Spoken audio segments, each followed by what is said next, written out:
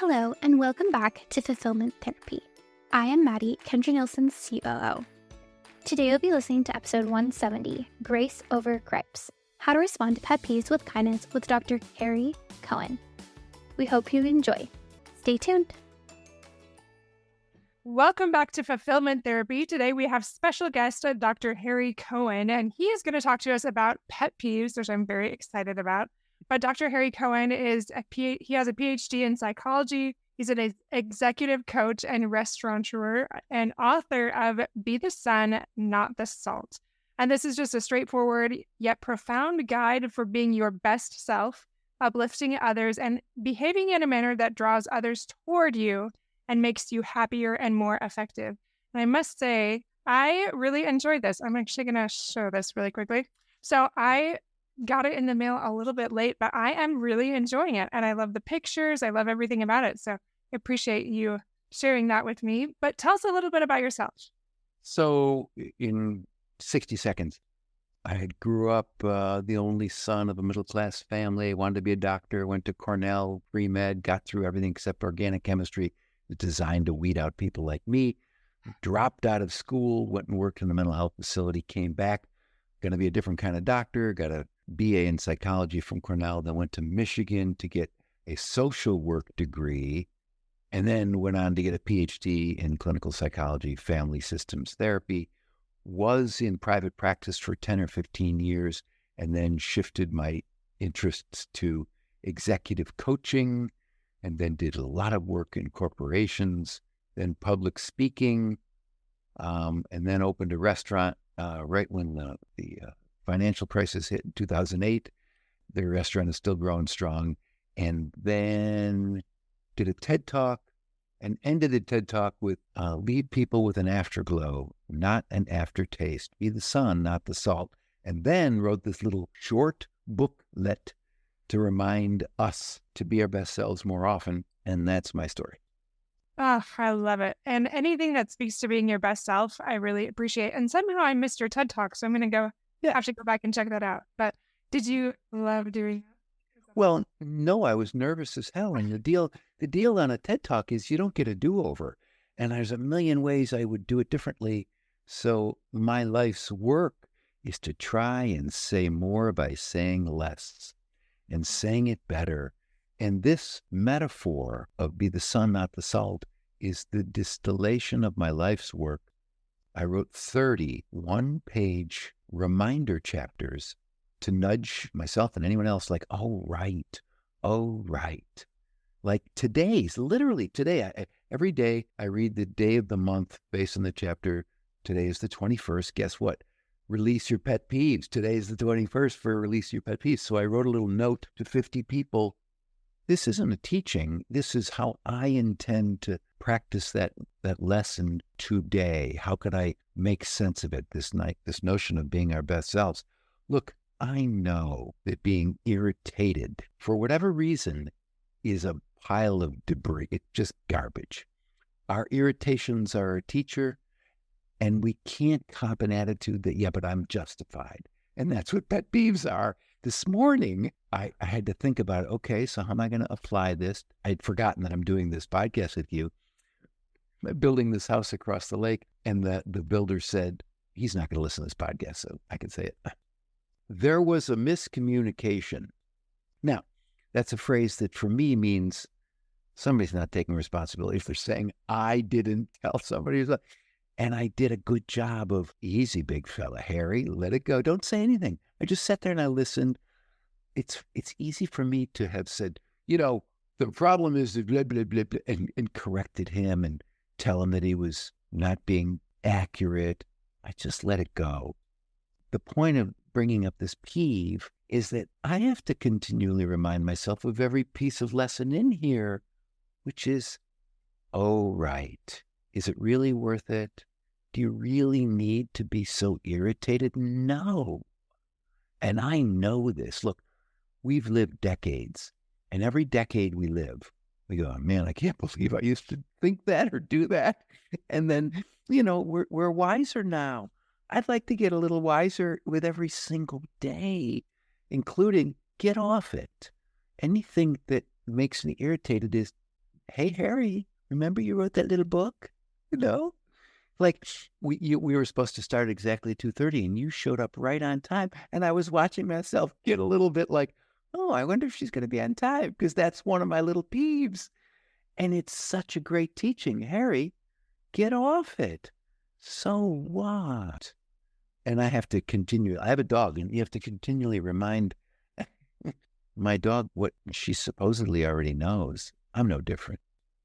I was just playing, I really like pickleball. I'm not even that great, but and we were playing and I invited a whole bunch of people to the park that's not supposed to have people in the afternoon. Well, somebody came and took 6 of the courts and took them for like 4 hours. And I was like, I was ready to just fight my battle. And then somebody wisely said something like, it's not that big of a deal. And I'm like, it's not. And the beauty of that is, not only is it not big of a deal, you and I both know it was wrong and disrespectful and inconsiderate and selfish and all the things that they shouldn't do, blah, blah, blah, blah, blah. But our equanimity, our state, can exist simultaneously with someone else doing something wrong. And I want to be the person who goes, that's wrong that they did that. Okay, what am I going to do about it? Nothing about it now. Maybe speak to them, whatever, but keep my cool. Oh, I just love that. So I want to know how that applies to this book, especially because you had a lot of great things in there, but pet peeves could take us all day if we wanted. I know. To talk about all those things. So what made you connect pet peeves to the idea of pouring salt on your own roots? Like, I never really heard that before. And tell us what that means. So remember, the whole keeping it really simple. If we're a plant, you want fresh air and water and proper nutrients. We're a living creature. We need to be properly taken care of with all kinds of appropriate things: water, exercise, love, et cetera, et cetera. The metaphor of salt on the roots is a toxin that makes the plant shrivel and die, be depleted. So you want to avoid salting other people's roots and your own roots. You can salt your own roots with negative self-talk. Harry, I can't believe you said that. Harry, I can't believe you did that. You're such a knuckle. That's just saying nasty things. That's salting one's own roots. Pet peeves is it's a very sophisticated inner game that we play. We justify our irritations and our umbrage and our worse, anger. And it's just a fancy way of copying an attitude and thinking we're better than somebody else. That's the problem. It looks like we're being good or disciplined. We're not. It's garbage. So the idea of a pet peeve, and people say the expression a lot, I've got a bone to pick with you. Stop. Don't pick a bone. Just talk about the problem. This is a pet peeve of mine, which is code for I don't want to let go of it. And I want everybody, myself included, to let go of stupid stuff. Stupid stuff that we hold on to. And I'm not any different. I'm going to be 70 next year, so you'd think I'd know this by now. So when I find myself getting irritated or mildly annoyed, it's really, you're still getting pissed about that, huh? You haven't learned, because I want to be a wise sage. Now, a wise sage, by definition, they don't get pissed and irritated about stuff. And you're nodding going, yeah, they don't. So let's be that person. And we already are. The beauty of this stuff is when we are at our best, when you and I are really at our own best, we're pretty amazing. We're not perfect. We're pretty good. So let's do that more. This isn't where you have to be like a different person. Be the Kendra that's wonderful. The wonderful Kendra? The Kendra that's chill, that goes to the pickleball court and says, bummer. Oh, well, smile and move on. That practice, this is one of those great phrases, neurons that fire together, wire together. The more we do stuff, the more habitual it comes. Mental habitual. Easy, big fella, let it go. Easy, big fella, let it go. You know what I mean? Those little mantras that we can say to ourselves. There but for the grace of God go I. Oh, forgive them. They know not what they do. It's their first time at pickleball. That's what the peeves of salting your own roots is like. Come on, man, we got to take better care of ourselves. And And I remember that part actually from your book as well. Like, let's do that more. It's a simple thing to do, but being your best self and just do that more. Do you know that we copyrighted that phrase because it captures the whole essence of the entire kit and caboodle? Do more of that. What do you mean? When you're good, that's it. You don't have to learn anything else. You just did it. You were kind and sweet and thoughtful and patient. Do that some more. So do more of what you already do. We're done. So were you a good listener? Yeah, that's it. Were you grateful? Yeah, do that. Were you thoughtful? Yeah. Every virtue that we express, mic drop. That's it. You don't need to take another course. You don't have to sign up for anything. You don't even have to buy this book. You could just, you know what that guy said on that podcast? Do more of what we already do when we're doing good. That's it. I'm going to do that. Boom, shakalaka. Could you imagine that do more of that is as frequent as I'm doing my best to be the sun? I love it. And I think you might need to work on your marketing. Don't even buy my book. More. Well, I don't know how to do this. You'll have to help me. Would someone buy one and then please give it away? How's that? And if you... No, I think they would appreciate your honesty. I think it's wonderful. But then back to this pet peeve part, I love stories. I love examples. Can you share a personal example of how holding on to a pet peeve might have affected you or a relationship? Well, I'm married 44 years. You don't get credit for equity. You don't get credit for how many years you've been married. You get credit for how was I this morning, not how was I yesterday. How am I today? And the little tiny things that my wife does or doesn't do that bother me to irritate me. No, there's nothing that she infuriates. No, like where she'll put stuff in the fridge, okay? Leaving stuff on the counter. I have learned, Harry, shut up. Don't say a word. I mean, literally. And I used to just say the tiniest things that would be like unnecessary. You know, there's a great phrase, before words leave your lips, will they be truthful, necessary, and kind? If they make it through those three gates, they can leave your lips. A lot of things are truthful, but they're not necessary, or they might not be kind. And I have learned on pet peeves, little things that quote unquote bother me that my wife does or doesn't do. Harry, now you know. Just move on, dude. I mean, this is embarrassing. It took me 44 years to get to do the dishes that I didn't do. Not make a thing about it, just do them. And not announce, I notice I did the dishes. Right? Now, I say this to say I am in love with learning how to be a better human at my ripe old age, which means there's more. So how does this affect my relationships? With everybody, always. Things that used to irritate me about my mother-in-law, I find so sweet and endearing now. She's 91 and she is one beautiful human being. And I would focus on the things that she would do that would irritate me earlier in my life with her. And how stupid was that? I mean, stupid. And I don't mind saying that I was dumb. I'm smarter, wiser. I wish I'd learned it earlier.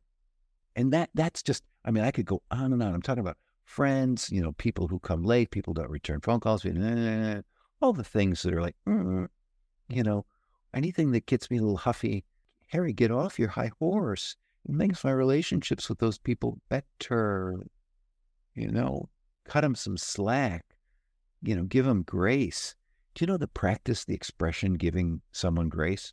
Like, who wins on that one? Everybody. Not talking about letting people take advantage of you. Yeah, I love those three things that you talked about. Is it truthful? Is it necessary? And is it kind? They're just very succinct, simple ways that we can kind of check. And it talks about this in your book as well, doesn't it? Yep. Yeah. I mean, if you're going to say something, chapter 2 is be helpful. And be helpful is what you're going to say going to be helpful. Think about that. And where how it lands is really important.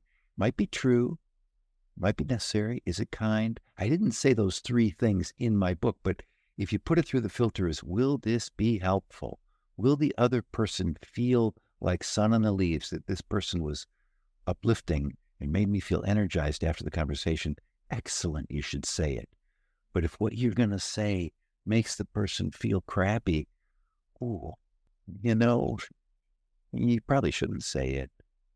I love getting advice or wisdom from people that have gone through things like maybe I haven't either. Like I've thought about these things before, but you don't hear a lot about people talking about character or like how to live a higher law that will bring us more joy and peace. And that just is such a simple, beautiful way to say it.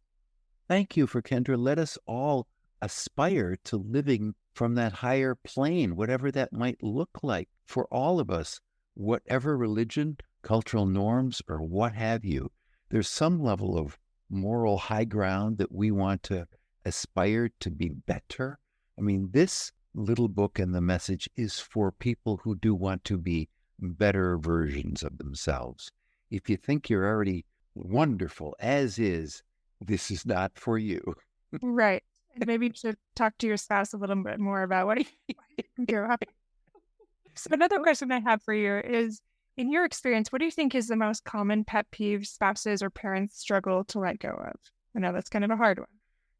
Oh, everyone has their own category, and it usually comes down to what they feel very strongly correct about, and they want other people to do the thing that they're correct. It doesn't matter what it is.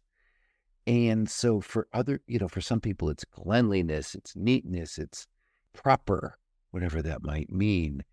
And everybody struggles because it seems like it's righteous and good. And that's the problem.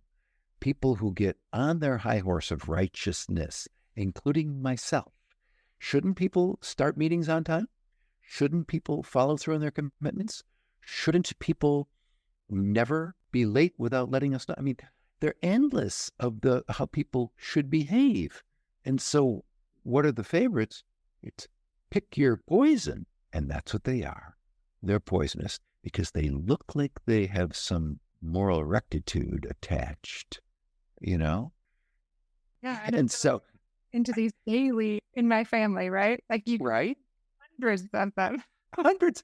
And so you have to be gutsy and honest with yourself to say, oh my, this is really about me, isn't it? The root of this is we think it's the other. All about ownership. I feel like everything goes back to that, right? Unfortunately. Yeah, definitely. So how does the be the sun philosophy help maybe parents or families deal with those everyday irritations that we can't let go of? Very simply, if you look at life through this lens, then you can look at your opportunity to be less irritated and irritable as your goal.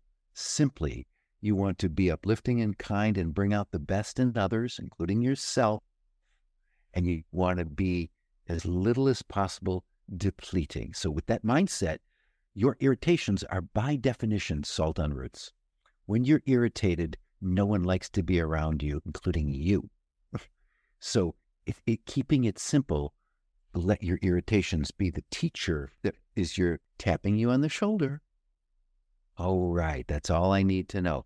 Be graceful with yourself. Don't beat yourself up. So this simple mindset of be the sun, not the salt, is all you need. Wait a minute. Was I the sun in that circumstance?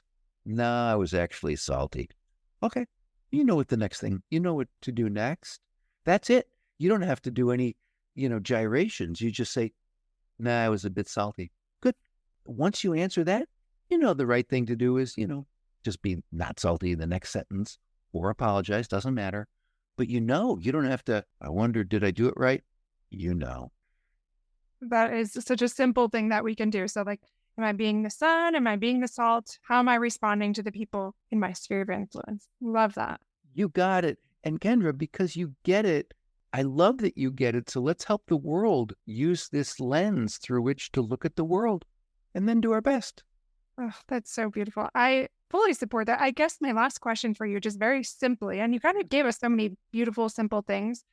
Is there any final thing that you would say to people, especially like parents? I mean, we get feisty, frustrated, salty all the time, spouses. What can we do? One last thing that you would leave with us for us to lean in to be our best selves. You have two choices. You can go either way, and both are fantastic, and make it small. You can be a smidgen more uplifting and kind by just saying, good morning, sweetie. Is there anything I can do for you today? That's on the uplifting side. And on the less salt side, any utterance of negativity, bite your tongue. It doesn't matter. You call it victory if you didn't say the snarky thought that went through your head. I want to make it, this is my final thought, make it so easy, you are victorious in either direction. Or you could double if you do both, but you can just not say the snarky thing, way to go. Or you can do a sweet thing to a perfect stranger or a loved one. Have a great day, sweetie. Love you. That's beautiful. I just want to say a few of those again, because I think they're fantastic. Let's do that more, or let's do more of that, however you said it. Be truthful, necessary, and kind. And then be the sun, not the salt. Bite your tongue, and just be uplifting. Those are so beautiful, so simple things that we can start today, probably this very moment, and practice those. Well, thank you so much for coming on the show and sharing with us your book, what you're talking about. Be the sun, not the salt. We can find that on Amazon. Is that right? Mm-hmm. Or bethesunnotthesalt.com. There's lots of free videos and stuff. And Kendra, let me give you some love. I do this a lot. Anytime someone asks for me to be on a podcast, depending on who they are, I'm usually going to say yes. You were fantastic. What I mean by that is a delightful interviewer, prepared, on time, smiling, totally into what we're talking about, genuinely making me feel good in this 30 minutes of being together. And that's not small. Oh, I very much appreciate that. I don't think I've ever had anyone say that before, so I appreciate you. This is our work. It's not that hard for me to say that because it's true. I'm not saying that to be nice. And this is our opportunity to, say kind, sweet things when there's opportunities to do so. I think you're very much becoming that wise sage you hope to be. So thank you for that.